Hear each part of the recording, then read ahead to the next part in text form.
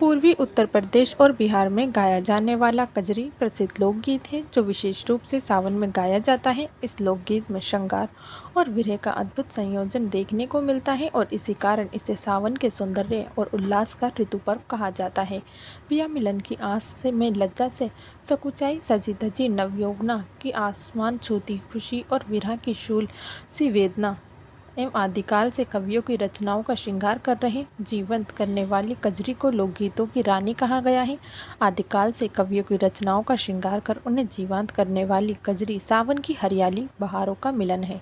मौसम और यौवन की महिमा का बखान करने के लिए परंपरागत लोकगीतों का भारतीय संस्कृति में कितना महत्व है, कजरी इसका उदाहरण है।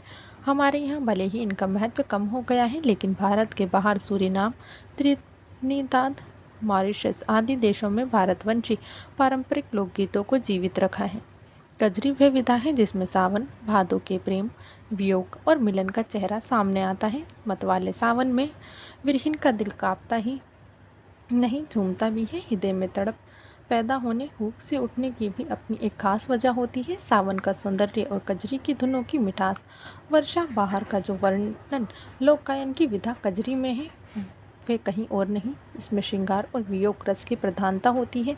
ये वर्षा ऋतु का लोकगीत है। इसे वर्षा ऋतु में गाया जाता है। राष्ट्रपति रामनाथ कोविंद ने वर्ष 2022 में कला के लिए मिर्ज़ापुर की नामचीन लोकगीत कजरी गायिका अजिता श्रीनिवास को पद्मश्री अवार्ड से सम्मानित किया है।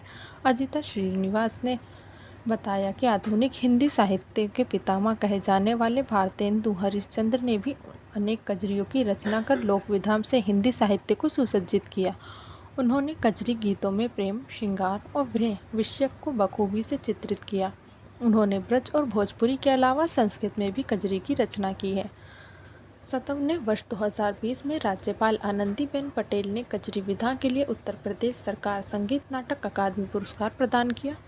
काशी हिंदू विश्वविद्यालय से परास्नातक, गोरखपुर विश्वविद्यालय से बीएड एंड प्रयाग संगीत समिति से संगीत प्रभाकर संगीत में महारत हासिल कर मिर्ज़ापुर को अपनी कर्मभूमि बनाने वाली गायिका शिक्षा पद से सेवानिवृत्त हो चुकी हैं। वे कजरी विधा को आगे बढ़ाने के प्रयास में प्रयासरत हैं। कजरी के वर्ण्य विषय ने जहां एक और भोजपुरी के संत कवि लक्ष्मी सखी, रसिक किशोरी आदि को प्रभावित किया, वहीं अमीर खुसरो, बहादुर शाह जफ़र, सुप्रसिद्ध शायर सैयद अली मोहम्मद शाद, हिंदी के कवि अंबिका दत्त व्यास, श्रीधर पाठक, दविज बलदेव, बद्री नारायण कजरी के आकर्षण मुक्त नहीं कर रही। उन्होंने बताया, मिर्ज़ापुर की प्रसिद्ध कजरी गायिका कजरी गीत का एक प्राचीन उदाहरण 13वीं शताब्दी का आज भी न केवल उपलब्ध है बल्कि गायक कलाकार इसको अपनी प्रस्तुतियों में प्रमुख स्थान देते हैं। ये कजरी अमीर खुसरो का बहुप्रचलित रचना अम्मा मेरे बाबा को भेजो, जी के सावन आया भारत में अंतिम मुगल बादशाह बहादुर शाह जफ़र की एक रचना झूला किन डारोरे अमरिया भी बेहद प्रचलित है। लोक संगीत का क्षेत्र बहुत व्यापक होता है। साहित्यकारों द्वारा अपने लिए जाने के कारण कजरी गायन का क्षेत्र भी अत्यंत व्यापक हो गया। इसी प्रकार उपशास्त्रीय और शास्त्रीय गायकों और गायिकाओं ने भी कजरी को अपनाया और इस शैली को रागों का बना पहनाकर क्षेत्रीयता की सीमा से बाहर निकाला, राष्ट्रीयता का दर्जा प्रदान किया। पद्मश्री पुरस्कार प्राप्त सेवानिवृत्त शिक्षिका ने बताया कि कजरी महिलाओं द्वारा सामूहिक रूप से गाया जाने वाला लोकगीत है। बिहार और उत्तर प्रदेश की कजरी लोक गायन की वे शैली है जिसमें परदेश कामनाएं गए पुरुषों की पत्नियों के बिछड़न का वियोग और मिलन के सौंदर्य के बखान गीतों के माध्यम से व्यक्त करती हैं।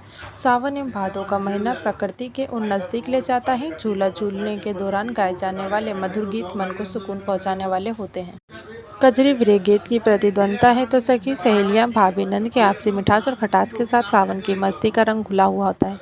वधू और पालाएं हिंडोले पर बैठकर जब कजरी गाती हैं। वर्षा ऋतु का ये गीत पपीहा, बादलों और पूर्वा हवाओं को झोंके से अत्यंत किरणप्रिय बन जाता है।